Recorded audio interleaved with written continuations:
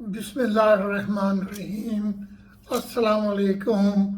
माहौलियात और हम और मौसमियाती तब्दीली के एक और प्रोग्राम के साथ, नए प्रोग्राम के साथ हम लोग आपस में बातचीत कर रहे हैं। काफ़ी टेंशन है इंडिया के अटैक के बाद और मौसर कार्रवाई पाकिस्तान की तरफ से करने के बाद चीज़ें इस वक्त तक क्लियर नहीं हैं। और जो हमारे एक पावर यूनिट पे जो पावर प्रोडक्शन है उस पे जो अटैक किया गया वो इंतहाई तशवीशनाक है। लेकिन इस पूरे अनसर्टनिटी और टेंशन के बीच में हम माहौलियात और मौसमियाती तब्दीली को हम पशे पुश्त नहीं डाल सकते। Because if there is a full-fledged war between India and Pakistan, the environmental damage, long-term मौसमियाती तब्दीली के असरात बहुत ज़्यादा दूर रस और बहुत लंबे अरसे तक रहेंगे और जानों के और प्रॉपर्टी के नुकसान के अलावा आज हम जिस चीज़ को हमें देखना चाहिए कि who is taking decisions in India. Modi and साहब and his friends are racist. ये इंतहा पसंद है to the core of their bones. History पे नज़र डालें तो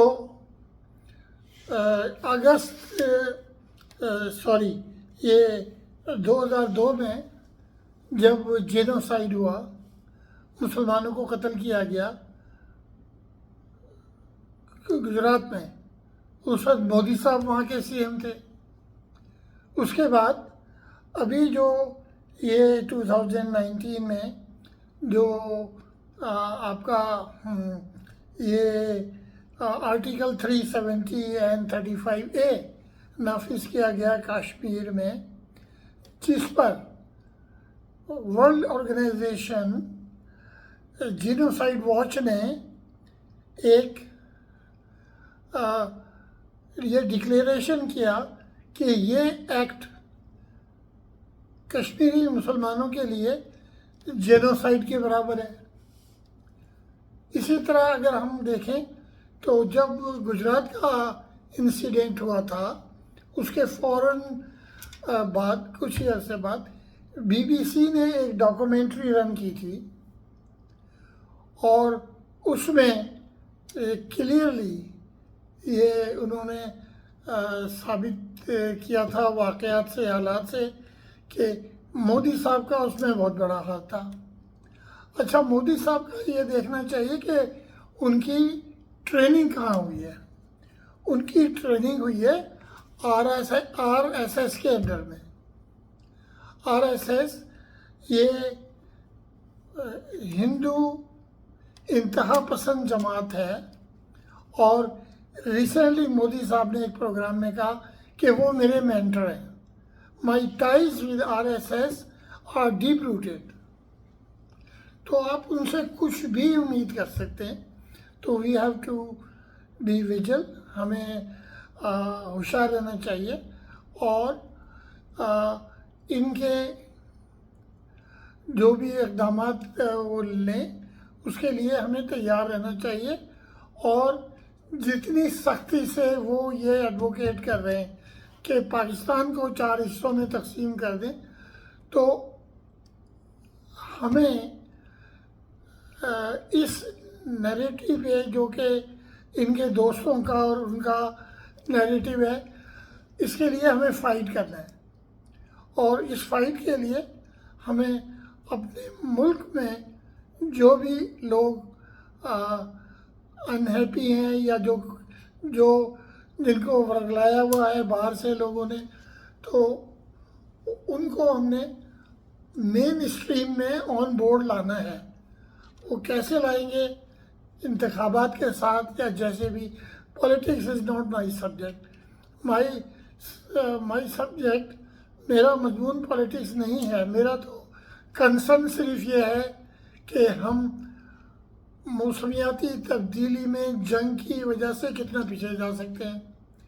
अब आप आ जाइए पानी के मसले पे। कुछ दिनों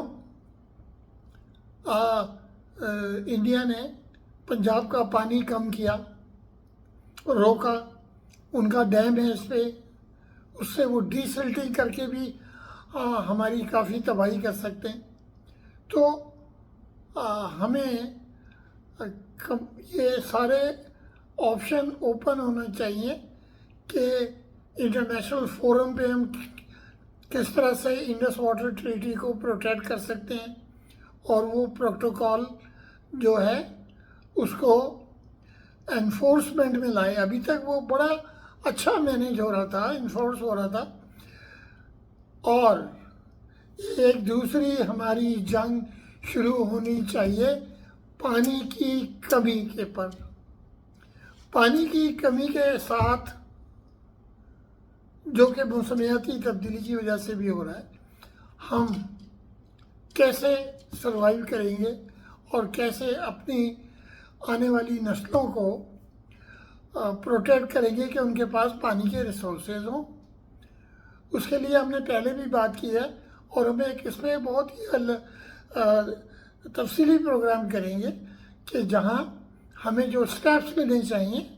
उसमें नंबर 1 इज़ मॉडर्न तरीके से इरिगेशन करना, मतलब पानी को इस्तेमाल करने के लिए मॉडर्न टेक्निक्स यूज़ करना, वो सबसे ज़रूरी है।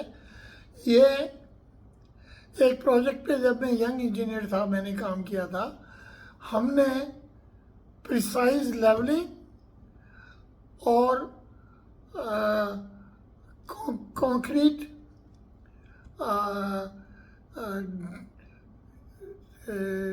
उसको हम लोग जो ड्रेन कहते हैं, जो कि फीड करती है, तो पंजाबी में शायद खाला कहते हैं, उसको हमने लिया और दोनों तरफ फील्ड्स को हमने प्रिसाइज लेवलिंग पे किया। हमारा water consumption went down to 1/4.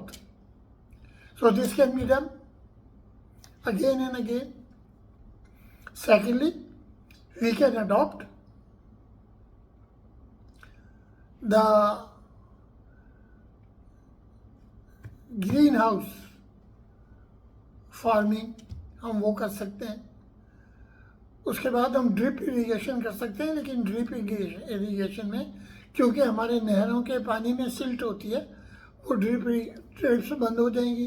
तो उससे पहले हमें कुछ डीसिल्टिंग का इंतजाम करना पड़ेगा खेत में आने के बाद। लेकिन हर चीज़ पॉसिबल है। इसी तरह जो हमारे रिवर्स हैं, उनके नीचे सैंड में जो पर्च वाटर है, वो साला साल हमारे काम आ सकता है, उसको हम निकालें। Lastly 2 points. नंबर 1 इज हम वेस्ट वाटर को रिसाइकिल करें और पोर्टेबल वाटर को डस्ट कंट्रोल, कंस्ट्रक्शन साइट्स और लैंडस्केपिंग में यूज़ करना फिल फॉर बंद करें। इसको हमें 1 साल में कुछ प्लांट लगाने चाहिए। आप कहते हैं कि जी जो वेस्ट वाटर प्लांट है उसको बनाने में 3-4 साल लगते हैं, फिर मेंटेनेंस एंड भाई आप टेक्नोलॉजी पे जाए ना। एनारोबिक डाइजेशन से डिसेंट्रलाइज आप वेस्ट वाटर ट्रीटमेंट प्लांट बनाएं, लोकली यूज़ करें, कोई बड़े इंफ्रास्ट्रक्चर की ज़रूरत नहीं है।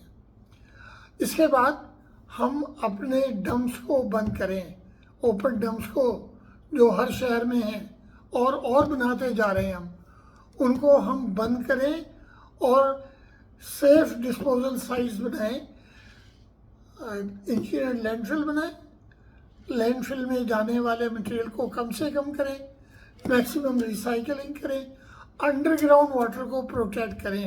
उसके लिए ये लैंडफिल्स का क्लोज करना और नए लैंडफिल बनाना इंतहाई ज़रूरी है। और टेक्निकल नोहाउ के साथ मैं आपको यकीन दिलाता हूँ कि 12 से 14 महीने में ये काम हो सकता है। सारे लैंडफिल्स को क्लोज भी किया जा सकता है और उसमें गैस रिकवरी सिस्टम लगा के हम उससे एनर्जी भी पैदा कर सकते हैं। माजरत, मेरा गला की ख़राबी अभी तक है और ठीक हो रहा है, बस दुआ करिए। और इसी के साथ कि हमें बहुत होशियार और चौकन्ना रहना है कि बॉर्डर की दूसरी तरफ से क्या सोच है और वो क्या करने जा रहे हैं। इस पर हमारी intelligence is very very good and इंशाल्लाह देखें, if you consider what is India's number in war material, manpower, technology, उसके बावजूद उन्होंने जाकर मस्जिदों पे अटैक किया। ये उनकी बुज़दिली और इल प्लानिंग को शो करता है।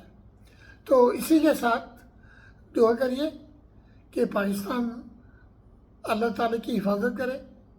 हमें अपने माहौल को प्रोटेक्ट करने में, उसकी भलाई के लिए हमें काम करना पर जोर देना चाहिए।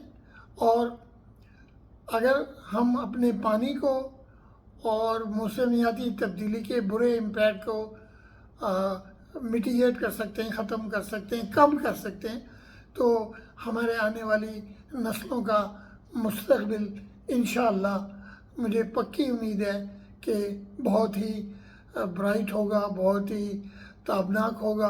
तो इसी के साथ मैं आपको खुदा हाफिज़ कहता हूँ। अल्लाह हाफिज़, अपना ख्याल रखिए। पाकिस्तान जिंदाबाद।